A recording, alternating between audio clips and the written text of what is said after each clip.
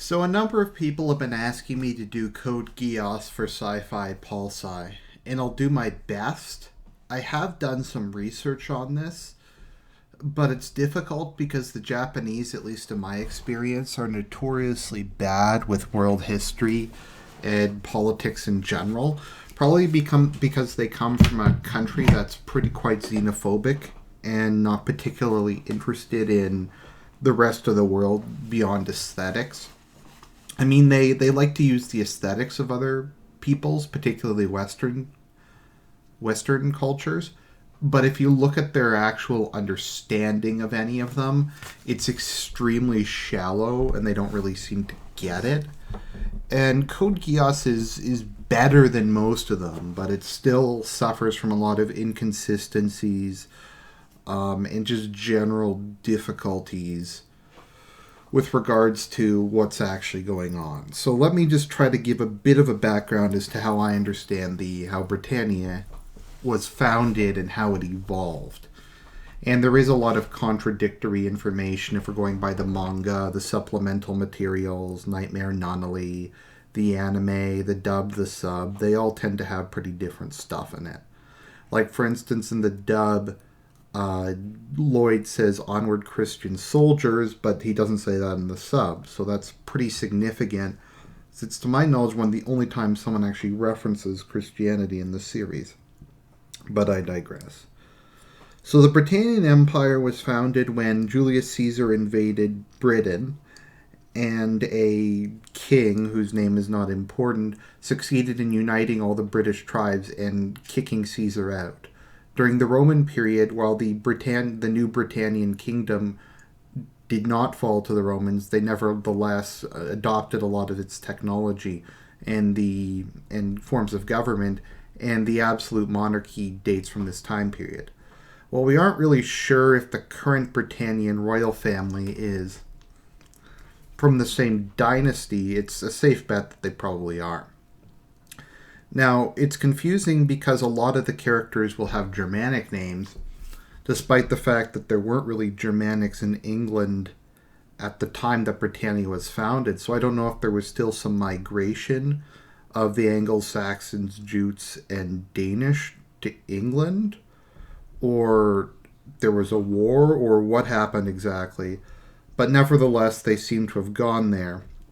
And there's also a number of people with French names, like Marianne Lamprouje, if that's how you pronounce her name. It's not important. But yeah, so did the Norman invasions happen? Was there migration? I don't know. None of it makes any sense. But basically, so Britannia carried along more or less like the historical England. However, what wound up happening was during Napoleon's conquest of Europe, he succeeded in winning the Battle of Trafalgar and invading the British Isles. The British government succeeded, though, in evacuating to the colonies, and the Britannian monarchy set itself up in North America. The American Revolution had failed because they had bribed Benjamin Franklin and offered him an earldom if he was to betray his colleagues, which occurred. Once the Britannian aristocracy, army, and royal family reached America, they assumed direct control, obviously, like Legion, and they immediately started to expand, viewing their only attempt to protect themselves from Napoleon and his colonial holdings and regain something resembling the power they had in the old world. Their entire culture became focused around the military. I would imagine the Britannians, especially since there's so many nobles in the TV show, adopted a policy of very high birth rates and geared their entire economy towards military conquest and military research.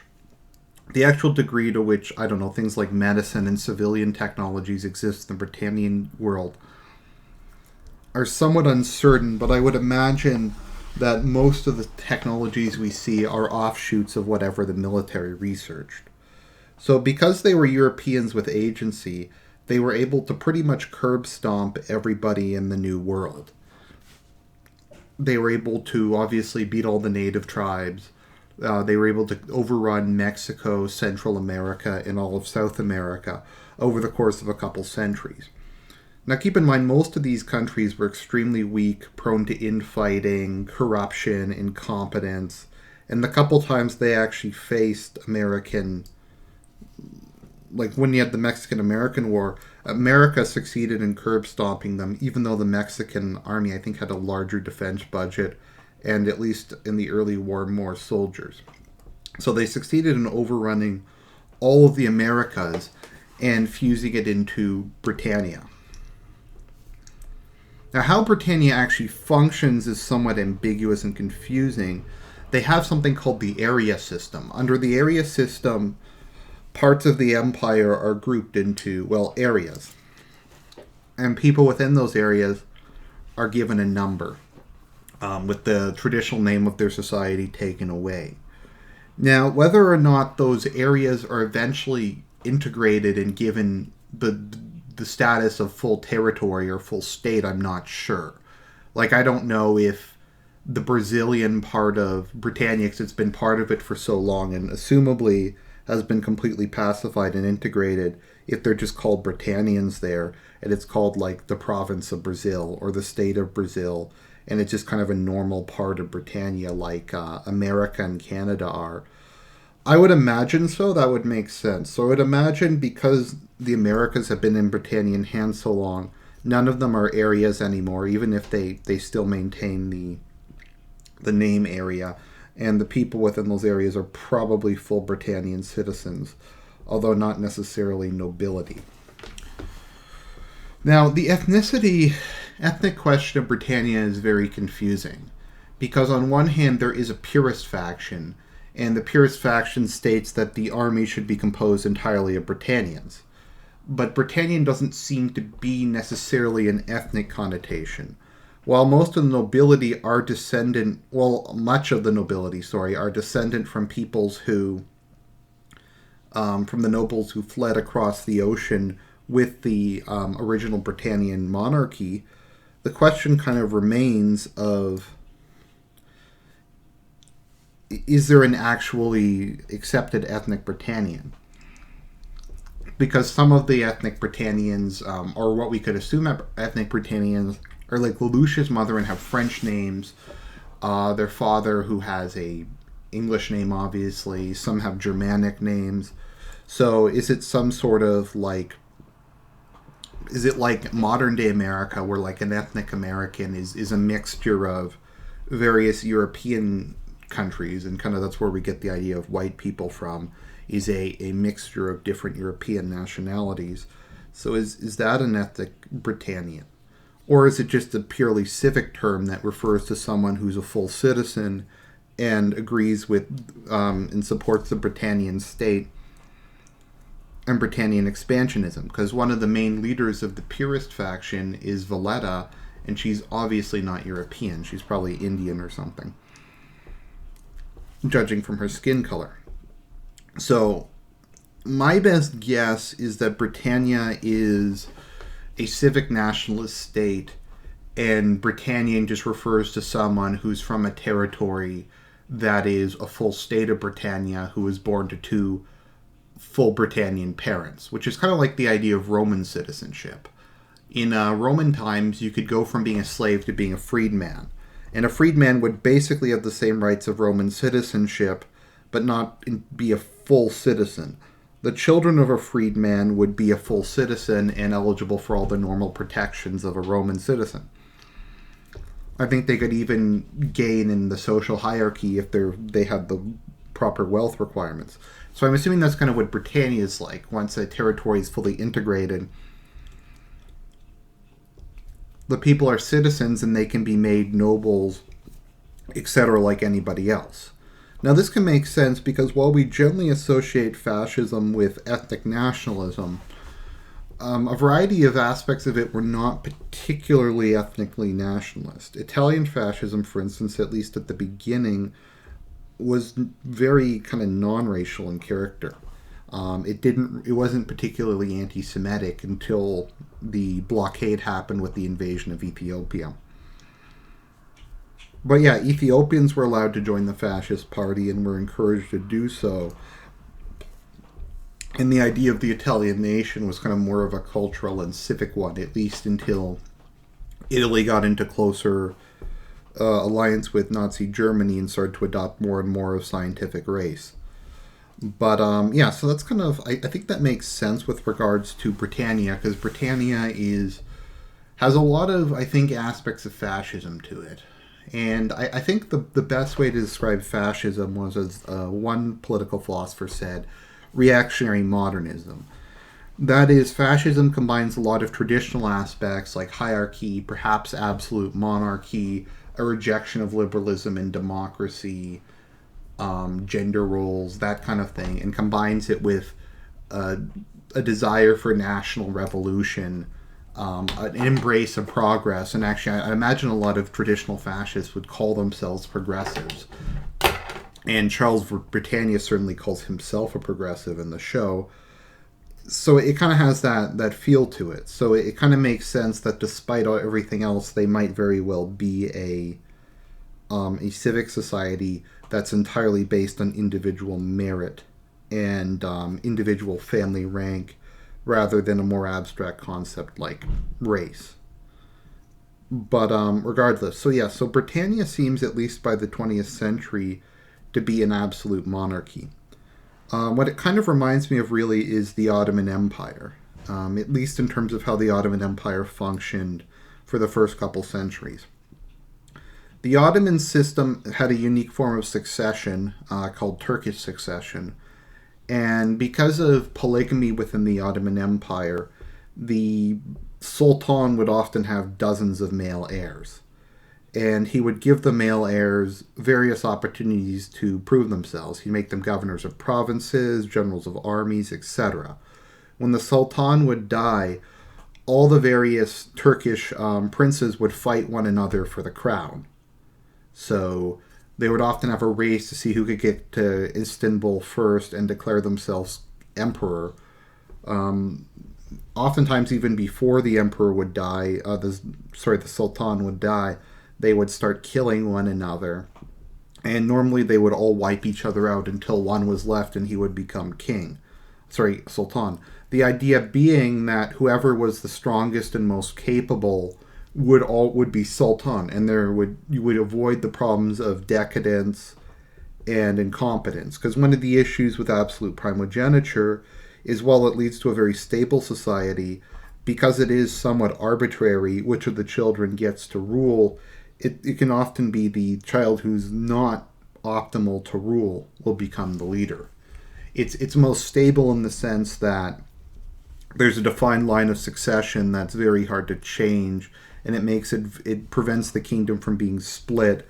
It also does, more than other forms of government, prevent civil wars over legitimacy, but it does mean occasionally you'll get someone who might be mentally incompetent or incapable of ruling, who inherits simply by nature of his birth. Whereas Turkish succession avoids that, but it also leads to an empire that's in a constant state of eternal struggle and depletes a lot of its resources with the civil wars. So Britannia seems to work in that way. Charles Z. Britannia at least practices polygamy. Now, how polygamy actually works, I'm not sure. It could be that, because how it worked in a lot of traditional semi-polygamous societies is the emperor would have one wife, or the king or the lord would have a wife, and then they'd also have concubines. And the children of the concubines would be considered more or less legitimate. They would be openly acknowledged. They would not be in line to inherit, though, but they would be of noble birth. Within the context of Code Geass, it seems like there's an empress at any one time, but Charles Z. Britannia also has dozens of consorts, all of whom bear him children. So I would imagine he's gone through 5 or 6 consorts as he's fairly old, and he's probably either divorced them, had them killed, or they die in childbirth when they can no longer produce additional heirs to the throne. He's given virtually all of his children administrative positions, military training, etc. And I think what he expects is, as soon as he dies, then he will or even before his death, his children will determine who of them is going to be the next one to lead. He clearly thinks it's going to be Schneisel, and he's kind of shown his favor towards his second oldest son by giving him the position of prime minister. His oldest son, Odysseus, is regarded as completely useless by pretty much everyone in the series, and while primogeniture seems to technically exist as he is the crown prince, there's no expectation that he's going to inherit the throne. Schneisel is more or less seen as the heir apparent, due to his extraordinary power and the fact that he's built up such a large, power base throughout the nation. So, religion in the Britannian Empire. Does Britannia have a religion?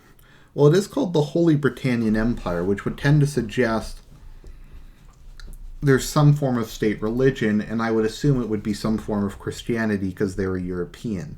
Even if they did fight the Romans off, plenty of areas of Europe that were not first conquered by the Romans or conquered by their successor Charlemagne became Christian.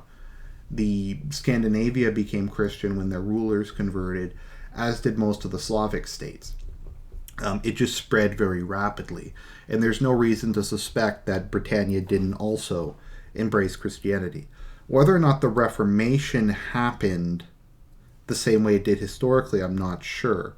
While I can see the appeal of Protestantism, and we do know that Elizabeth I existed in the sense that it would replace this, it would allow the state control over the church. We don't really know if Anglicanism exists, if Britannia is reformed, if it's still Catholic. I don't really know, to be perfectly honest.